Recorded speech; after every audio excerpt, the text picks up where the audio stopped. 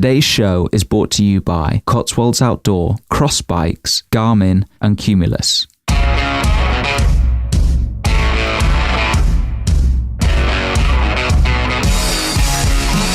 Hello and welcome to We Need More Heroes. In the age of Donald Trump as president and Kim Kardashian a role model for millions, it's easy to lose hope. But there are still brilliant people out there who can inspire us to live better. Join me, George Beasley, on a mission around the globe to find them. We Need More Heroes aims to inspire and guide ordinary people to live extraordinary lives. Visit weneedmoreheroes.co for show notes and more info. If you enjoy the episode, please leave us a review and rating on iTunes and subscribe if you'd like to hear more. Thanks for listening.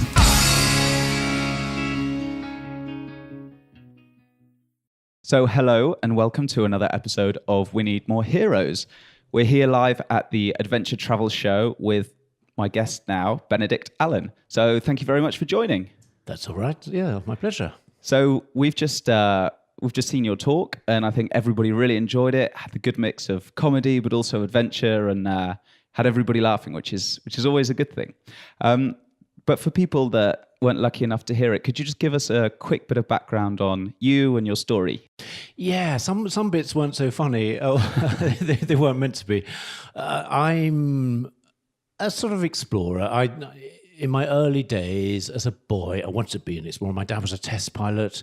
One of the planes he tested was a Vulcan bomber, which was a very, very exciting aircraft at its time. It was in the 1960s.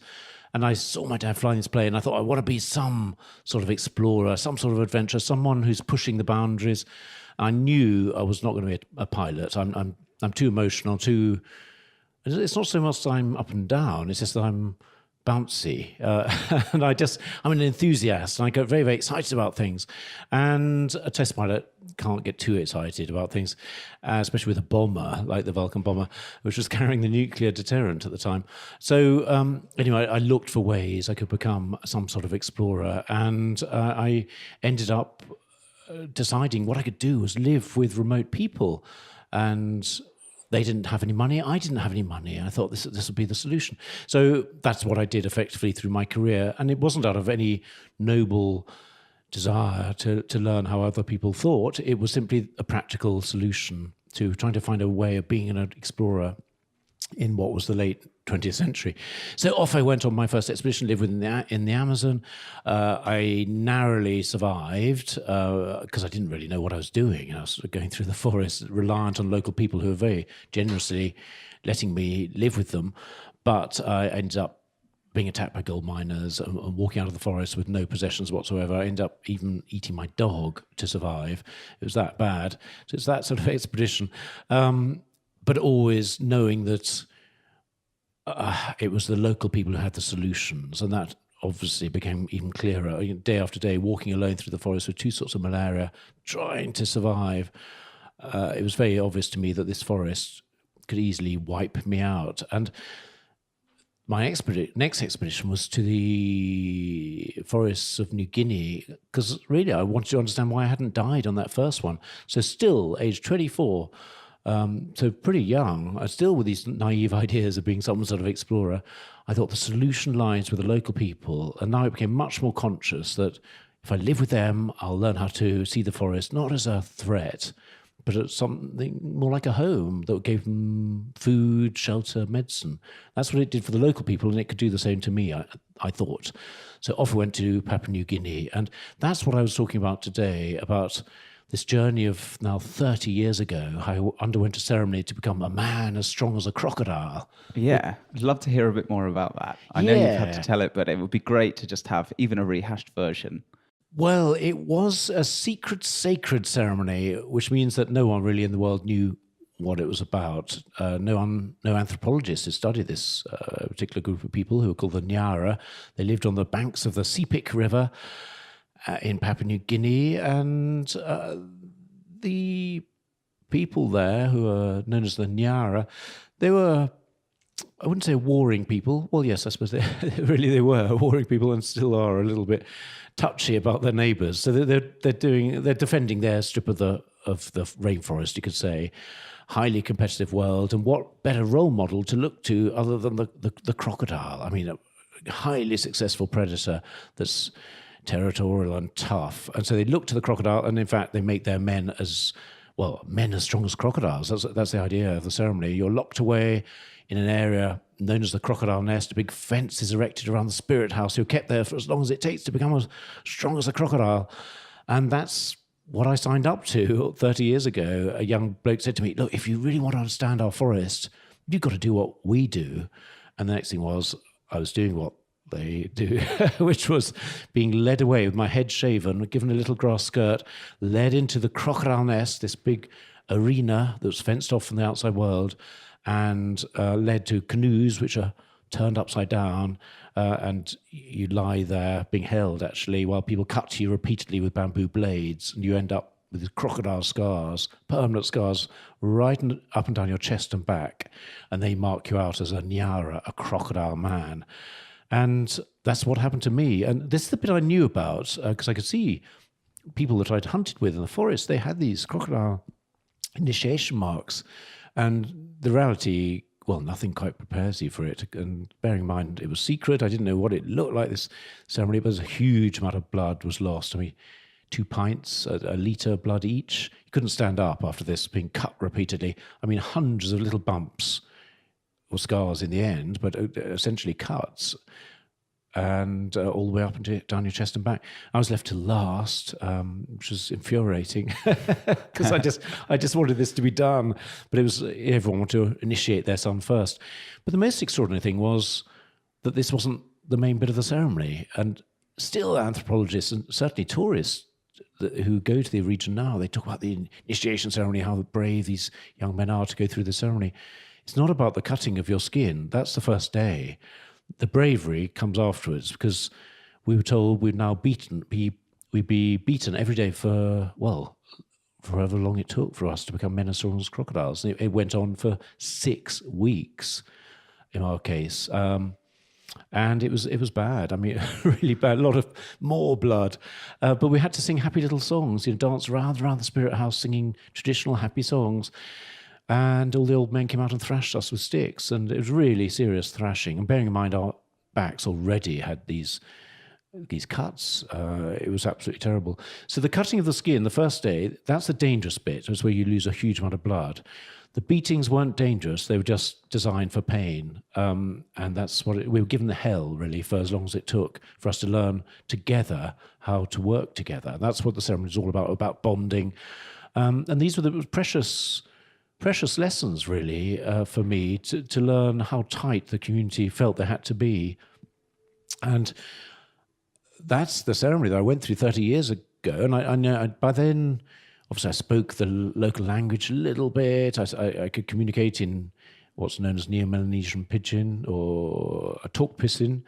So I understood at a practical level, but also a spiritual level, what this really meant. They were taking on the spirit of the crocodile ancestor, the Avuk Wak.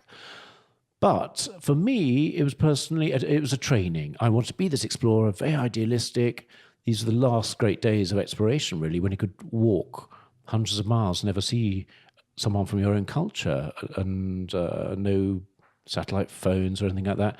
And I carried on. I was immersed myself in all sorts of societies all around the world. But now, 30 years later, I was back. And the reason why I was back was because I bumped into this bloke called Frank Gardner. He's a BBC security correspondent. And he's well known. He's on the news almost every night talking about security issues. He's also known because he's in a wheelchair. He was shot in 2004 by terrorists in Saudi Arabia, and he ended up with 6 bullets in him, and in a wheelchair. But he told his surgeons, one thing I really regret is I'll never now see birds of paradise. And I told him one day, wow, 30 years ago I went through this ceremony in New Guinea, and I know Papua New Guinea. So we went back together, and suddenly this world that I'd sort of forgotten about, 30 years had gone by, and the so-called crocodile people, they were sort of in the back of my mind. But I was face to face with the reality of going back to people who don't have a word for goodbye. People know, don't leave. And I had left. And I suppose I'd left deliberately because I felt I wasn't bonded to these people. For me, it was a practical thing. But now I was going back, and it had this extraordinary welcome back. The word had got out that I was coming back, and there were 2 canoe loads of people beating drums, waving palm leaves, and singing songs. These were songs that I was beaten to all those years before. And so... Not that soothing then. It wasn't that soothing. But the funny thing is that Frank was saying, this is amazing, Benedict. I'm so glad you've brought me out here to find these birds of paradise in Papua New Guinea. I'll never forget this glorious sight and these sounds shimmering across the water of people singing these songs. I said, Frank, these are the songs I was beaten to. And so for me, it was a totally different experience. I was in shock, which is a shame because it was being made into a BBC Two series. And it would have been nice if I'd said something interesting at this stage, but I just couldn't believe it. My world of Twickenham, of London, West London, was suddenly meeting this world of violence, this unspeakable violence. I mean, there cannot be an initiation ceremony that's more brutal than this, and I was part of it, and I sort of put this to the back of my mind, but I was being welcomed back, and it was extraordinary. They still had a photo of me that I'd given them with my mum and dad. They were treasuring it, and furthermore, the children were all taught, even the ones I went up and greeted on my return. They were taught where I'd come from on that day 30 years ago, a village called Mindambit. They knew where I'd moored my canoe in front of the village. All of it's handed down. And I was being embraced again and told, welcome home, which was, it's so disconcerting and yet an honour and a great privilege to have that attachment to people who allowed me to go through their special ceremony. What an incredible story. And so when you got there, you were 24, still fairly young, and you said naive. Why do you think it was that they chose to let you go through this ceremony that's so sacred for them? I don't fully understand, but at the time, I thought they were just being incredibly generous. I was no threat to them, and I was one of the few people who really showed interest in their culture. That there were missionaries who were moving in at the time. One lot were Catholic, another lot were Seventh-day Adventists. One lot was saying, go to church on Saturday. The other lot was saying, go to church on Sunday. So there were all these threats from the outside world, politicians moving in, trying to sell off bits of their forest. And I thought that probably they'd allowed me in because I was saying, wow, your culture's really fascinating. And I was with them, for months. I was in the area for probably 6 months before. And they understood that I really was sincere about wanting to understand how they worked. So that's how I understood it at the time. But I am pretty sure now that essentially the elders knew their world was coming to an end. Sooner or later, that ceremony wasn't going to be performed, and here was someone who would make a record. And they did ask me at the time to record it all, which is strange. It struck me because it's a secret ceremony, so why want me to do that? But I suppose in retrospect, it's obvious they wanted this record made. So I think it was that. It was a schism that you find all around the world in remote societies between the old and the young reaching out to new values, new opportunities, and the old people clinging on to the past and their forest. So I think I came at a strange time, peculiar time, a very lucky time for me. But someone wrote, I think it was Jan Morris, the distinguished writer, a generation before I would have been killed for seeing all these things. A generation later, I wouldn't be able to see them because these traditions would have ended. And so because you sort of knew that Western culture was, or the culture surrounding them, more modernized culture, was encroaching in them, did that mean that you weren't conflicted over the fact that you were a Westerner going there to experience their culture? Because I think for some people, they would perhaps argue that they should be left alone and for their culture to carry on for as long as it can. Yes, I was conflicted by that. I have to say, before I ever got to them, I made first outside contact with another group of people. I thought long and hard about whether I should, and actually missionaries were moving in there. And I was certain and proved right in the end that they weren't going to exist very much longer. And after the time with those crocodile people, so-called, I lived with a Yaifo who, again, they were being changed, or what the world was coming to them, and I felt it was justified. But the Nyara, it was very clear that they they were a robust people. They were people who terrified everyone else at the local market, all the other local people. And they're very, very proud that their ceremony was tougher than anyone else's on the river Sepik. And I think that gave me a certain degree of confidence that these people weren't going to be pushed around by anything, and nothing that I could do as a little 24-year-old was ever going to change them. On the other hand, what partly excited me about them was that they wore jeans, or rather, well, anyway, T-shirts and shorts. They knew the outside world. There were simple schools in the area, even in the village. There's a simple little school.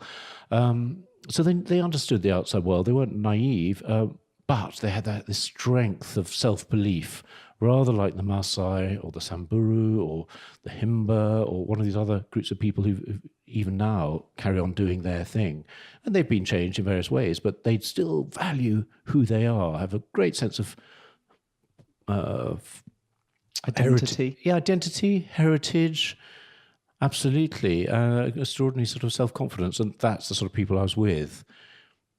So, yeah, I know that I think it would be terrible for me to alter their lives, but these people would not let that happen. You know, for them, I was just someone who they grew to know as a sort of friend, and a rather eccentric one at that. And so this 6 weeks, the current coming of age ceremony is something that's found in, like you said, almost every indigenous culture, but not in Western society. There's no sort of real graduation from a boy to a man. But in that 6 weeks of incredibly brutal treatment that you purposefully go for and you voluntarily subject yourself to, what did you learn from that?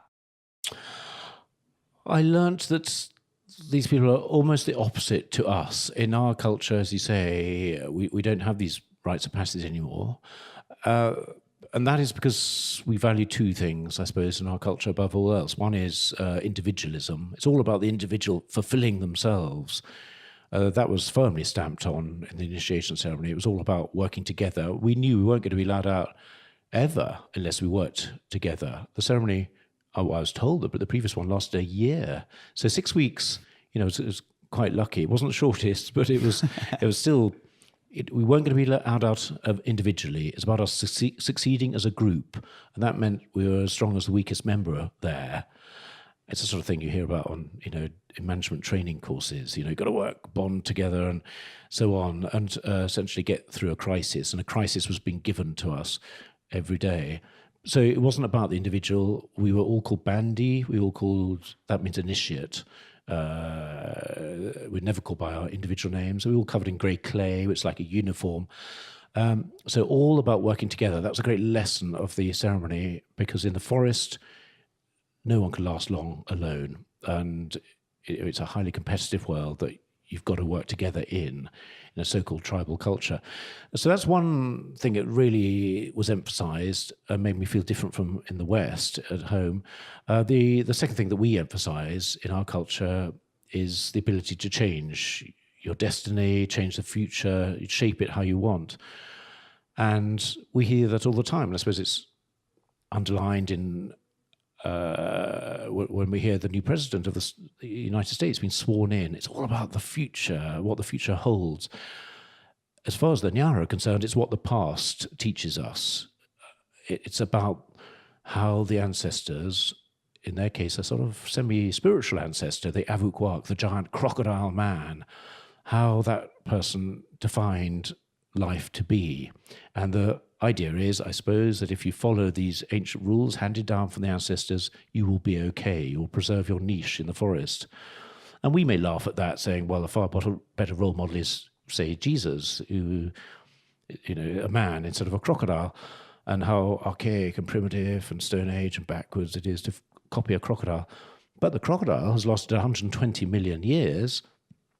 Humans haven't. The crocodile has got a niche in that forest environment. The human hasn't. So, you know, while we are cutting down the rainforest, the locals do not, because they're aware that they are part of it, as a crocodile is. And the person who adopted me there, he's called Johnny Gowie. He was my honorary father. he was called Johnny because superficially he was a Christian, but Gawi means heron. Or egret. So even in his clan name, we get a sense that he belongs. My best friend was called Martin Sown. Martin Sown is cormorant. So again, bonded into the forest. So there's a connection with nature, you could say, but they wouldn't put it in those terms either. They'd say, there's no such thing as nature. There is everything. We're just part of it. Nature isn't an other. There's no separation between us and nature. Yeah, so that was perhaps the overall lesson of the initiation ceremony. And I've only done tiny adventures in comparison to you, but when we have been away and you live with people who have such a different experience of life and they meet extreme poverty, they have all of these challenges, I feel like whilst I'm there, I learn these incredibly valuable lessons, like appreciate the fact that you can get food very easily, or you don't have to walk this far for water, or the fact that you have security. But I've always found that whilst I'm there, it's very vibrant. I come back for a month and it's still there, and then it begins to fade. And then after a year, it's very difficult to keep that vivid and keep those lessons alive without having to constantly go on more adventures. And I think that's part of what draws me back to do more. But how do you try and ensure that you retain the lessons that you've learned from such extreme experiences, even all those years ago? I think through writing and just talking to people about it. I'm in this strange profession of being a sort of expert explorer, a professional adventurer, explorer, traveller. And that means I talk about that experience, share it, and I also write books. And I found the books personally incredibly cathartic. I felt I could fix that adventure in its time and place and sort of not quite put it in aspect, but capture it once and for all. Because we all know if you keep talking about something, the story changes, or you sort of lose a bit of the freshness and the wonderfulness of it. But in writing, that excitement or just the relief of having finished a journey is all there. So I feel that my sort of bank, my safeguard is the book itself. And telly, I became the first TV explorer, you could say. I used to film myself.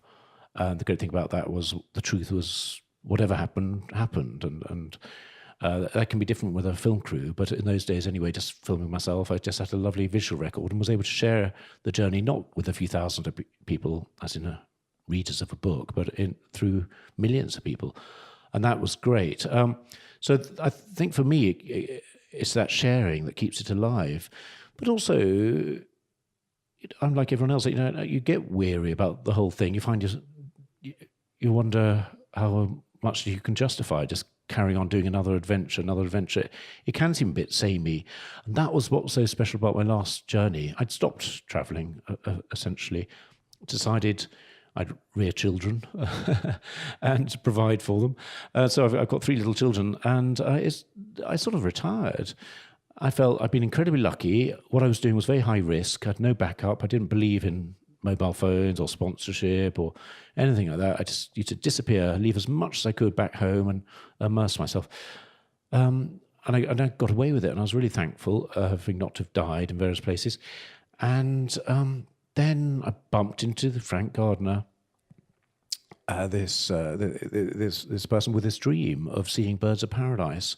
And suddenly I put aside all my worries about it, because taking someone who was very physically, he has his physical problems, trying to get him through Papua New Guinea, which is notoriously rugged and humid and difficult. Certainly not wheelchair friendly. Not wheelchair friendly, no. And to go with him seemed okay. It seemed all right, even though I hadn't had companions in all my years, because he was a survivor, and I recognised perhaps that in him. I'm someone who is, as I say, got away with it. I've been shot at. I was never hit, but I've been left to die by various people and lost my dogs. I had a dog team in the Arctic. I lost them in the pack ice. So, all sorts of things have happened. I got away with it. And Frank was that sort of person too. I could see he was a survivor, someone with guts. And I just wanted this dream to happen. A very, very simple, clear dream. I wanted to see birds of paradise in Papua New Guinea. And off we went together. And he's revitalized me because I've suddenly realized how life is vital to him. He savoured every little moment. Even when he was in pain at night, he would do his best the next morning to put that behind him and say, now's a new day is dawning. And he was extraordinary. He just had a glorious ability to savour everything he came across. It wasn't just birds of paradise. It was things, a little moth or a bit of moss in a tree. It just... Because if you're in a wheelchair, you can't wander off the rainforest path as I would. I ran off and looked for this and that. But he was stuck with the route, with the trail, and he would sample everything in reach. And it really revitalized me. It's a great reminder of how of the life I used to have and that I sort of put aside.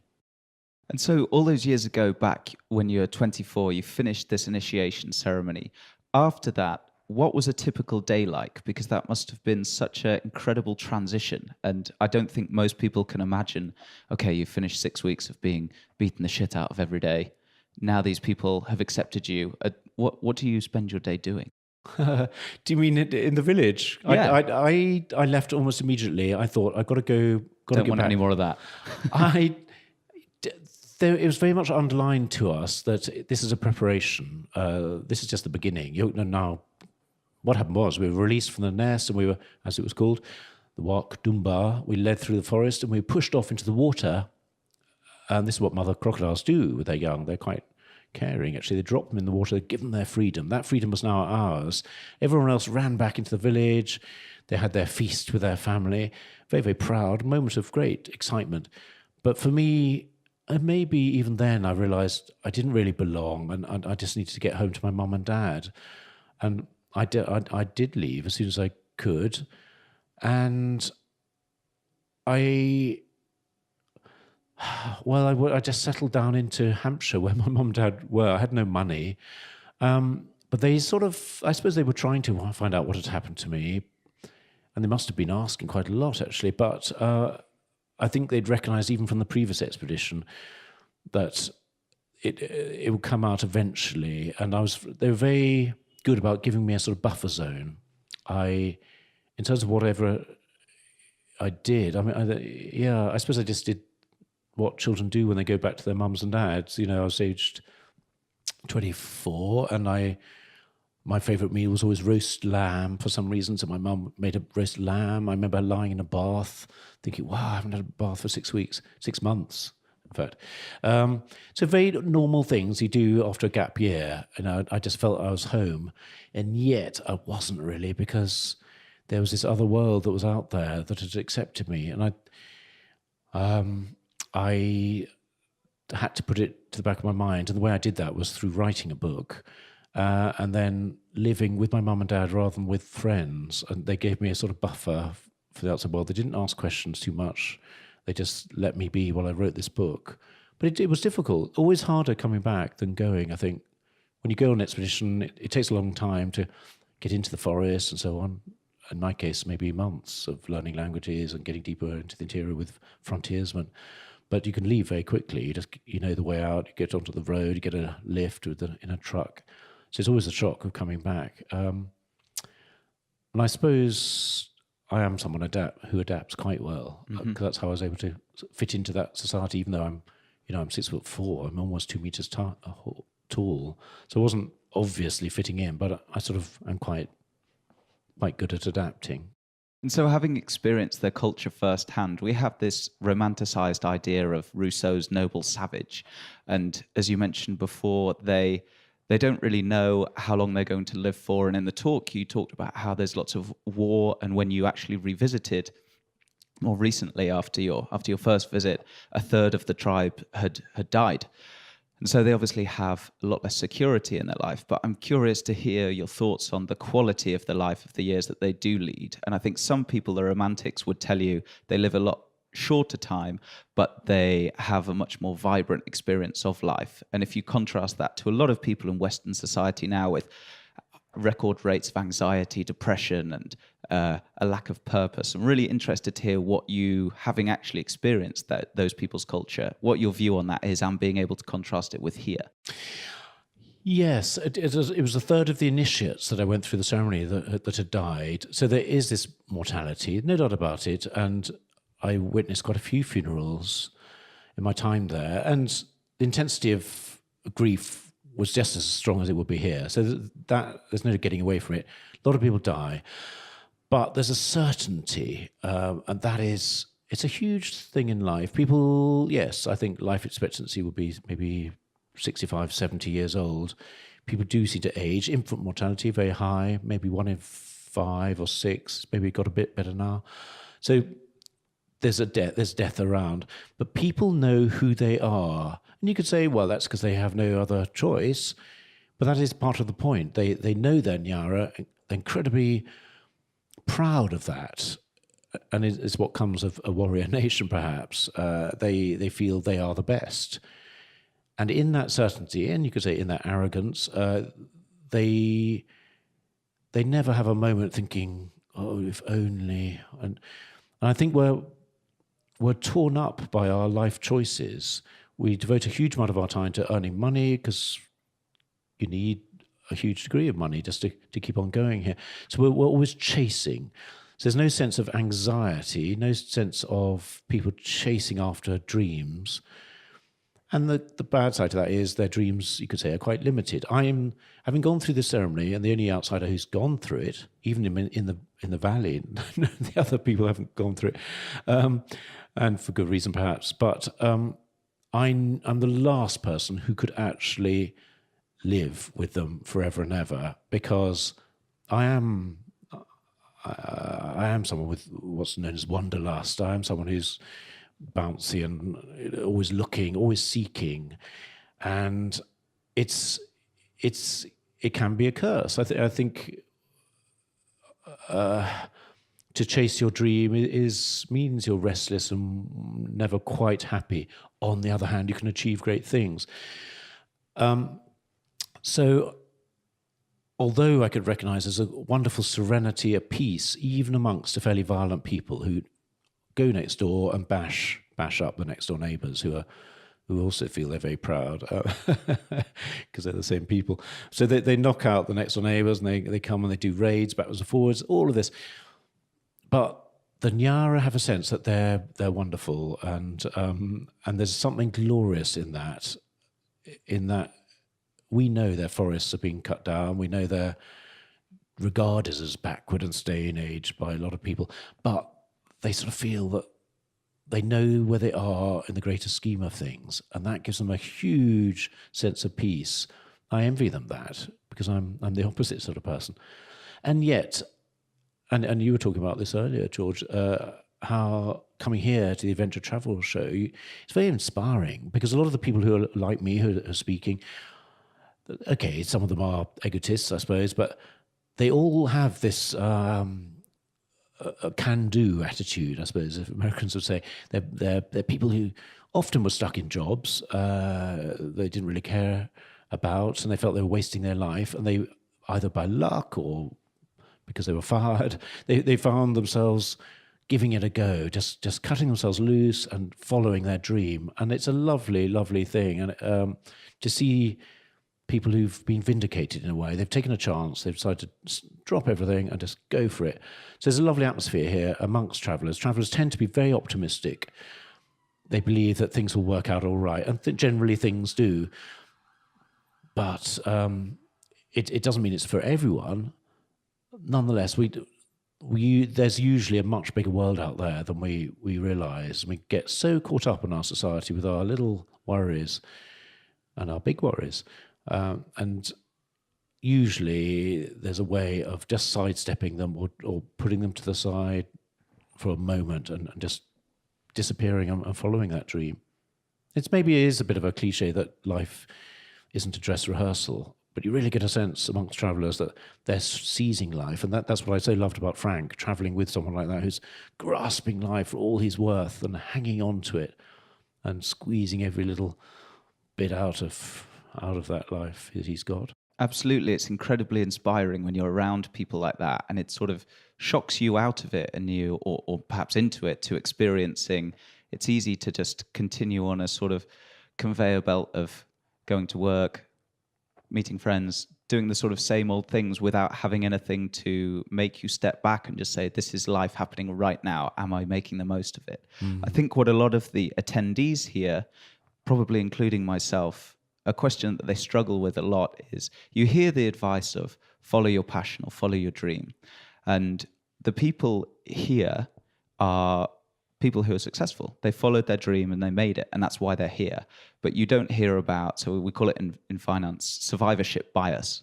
So the people who made it, they're the people you hear about. Bill Gates, whoever you get, somebody incredibly famous, it's Serena Williams or whatever. Those people who write the biographies, who say, I followed my dream, I put in the work, I had the passion and I made it. They're the few people who did make it. But by necessity, the fact that they're outliers means that most people didn't. So trying to marry up those two, where you shouldn't settle for a life that you perhaps don't love and you're not really excited about, but also if you do risk it all, it's very likely that you won't make it. So trying to marry those two is exceptionally difficult. It is very difficult. One of those people you mentioned, Serena Williams, I remember her saying, this is a message, having just won Wimbledon or one title. So this is a message to everyone out there that whatever you want to achieve, you can achieve. Well, that simply is not true. She was very lucky genetically. She's very lucky with her family. And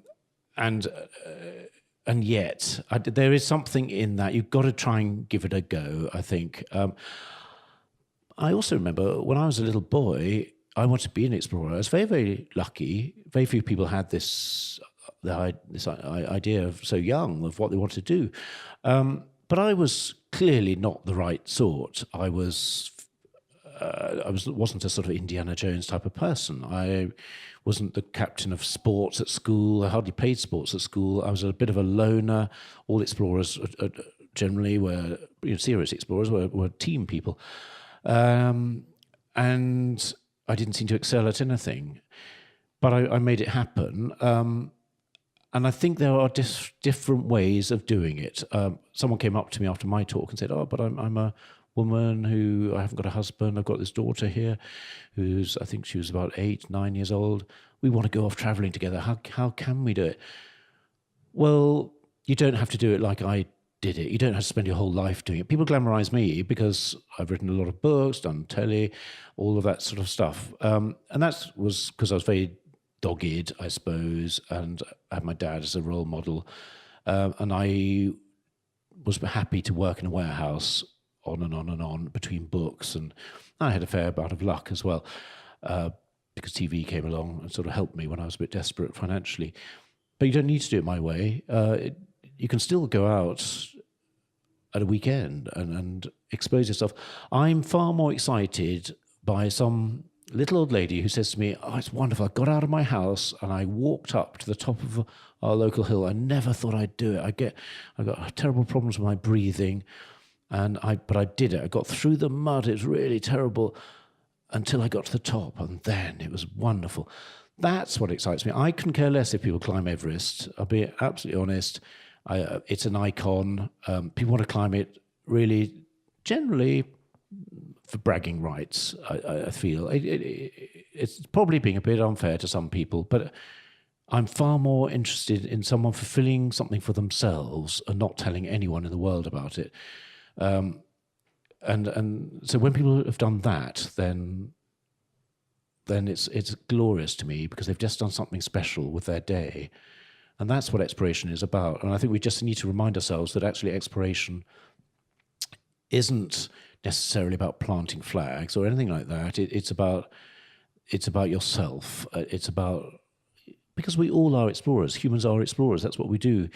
We're all curious. And so it's about fulfilling that desire. It's not about planting a flag. And I've said this before. I ended my first TV series with these words. Exploration isn't about planting flags, conquering nature, or making your mark. It's about the opposite of that. It's about opening yourself up, making yourself vulnerable, and allowing the place to make its mark on you. Absolutely love that idea. And so for a modern day adventurer or explorer, like you mentioned before, there aren't any final frontiers really. They've sort of all been conquered. So for somebody who's inspired by the talk but think, I still want adventure, what would be your final words of advice to them? I think it is about finding somewhere that is suitable for you. I think it's no good about thinking about anyone else's dream. And it's no good just setting out without any preparation. I mean, I sound very cavalier the way I've just carried on with my career, but I think you've just got to find a goal that you really, really care about. If you don't have that dream, then it's no good. I think there's one important thing to say is that if you care about it enough, you probably can make it happen. I don't mean in terms of achievement. I mean in terms of getting away to do something. But it needs sacrifice, possibly, and you've got to be prepared to make that sacrifice. So I can't say where people should go, but there are other places on the world. There are many locations which are incredibly, incredibly remote. And coming to terms with that place, perhaps through the eyes of local people, is one way of doing it. But I think there are many ways, many different sorts of dreams you could have. It might be just learning to take a yacht across the ocean, or it may be to disappear by yourself into the forest. There's all sorts of ways you can push yourself to the limit, and there will be lows, but there will also be these highs. And, I've been through terrible times of being, as I mentioned, shot at and separately left to die when all my stuff was robbed from me. And these are bad times, and you remember them. But they're also the times you're often most alive. So you shouldn't be too afraid of things going wrong. But it's very difficult to give one bit of advice. And I think it's all about just searching out what you really, really want deep down. Don't feel like you're missing out in life by having to follow everyone else's dream. It's very popular just to go off traveling, but I think it should be worthwhile to you. Absolutely. So thank you so much for your time. We've got two very quick questions that we like to finish with to ask guests. And the show is called We Need More Heroes. So for you, growing up, or maybe even now, who are maybe one or two of your heroes? I think my dad was my first hero, and he's certainly the one that counted most. Seeing your dad flying his Vulcan bomber overhead made me believe that I could do something extraordinary. And that's what you need, really, just a sense that it is possible to do something extraordinary. You have to find your own way to do it, and that's what I had to. I knew I wasn't going to be a test pilot. I found my own way of doing it. There are the great heroes. I think of Captain Cook, James Cook, who was this navigator of genius. What moved me as a boy was thinking of him arriving in New Zealand, and there was this Maori fighter who was wagging his tongue at him and waving his spear as Captain Cook came out of the ship and then into a cutter, and he walked through the surf towards this man. And Captain Cook, instead of being afraid of this bloke, he just hugged him, which is an extraordinary thing. And I love that humanity in him.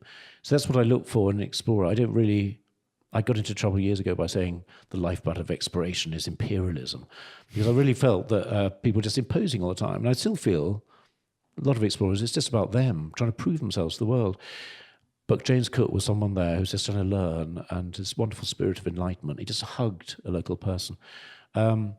So he was really, in history, the man that I'd most like to be. Amazing. My final question is, we talk a lot about heroes and role models, but do you think that heroes are born or made?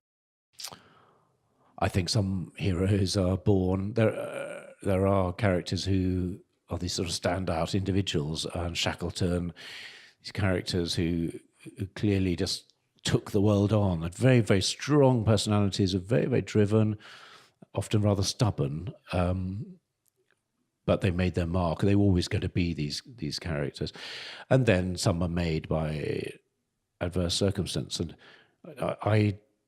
maybe I shouldn't bring it back to me in this case, but there's no doubt about it. I would have been perhaps one of the last people someone, my headmaster at school, would have thought would be an explorer. I was a dreamer. But deep down I had this dream of being an explorer, and was determined to find a way. And it was a slow game. I gradually grew more and more confident through errors, through being attacked various times. I became better at adapting to this and that, and through hanging on in there, I accumulated a lot of skills. And then I became someone who was one of the explorers of that time.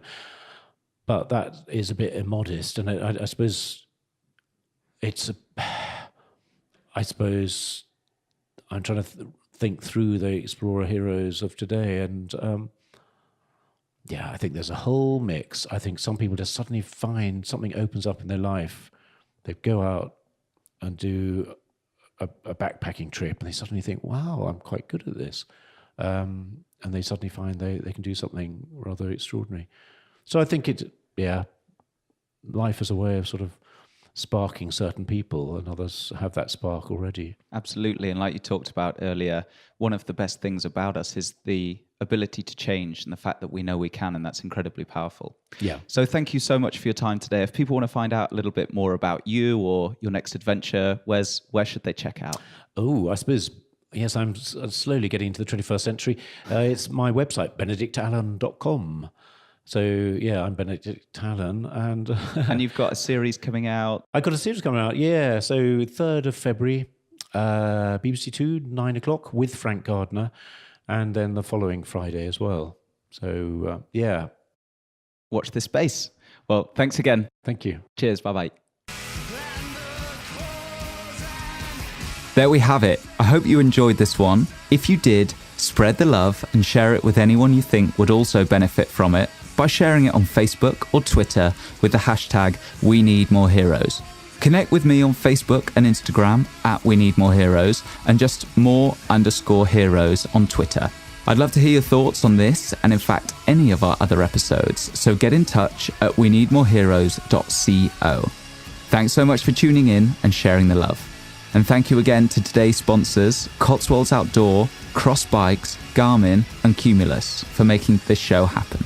You've heard the magic, now do something with it and be the hero in your own story.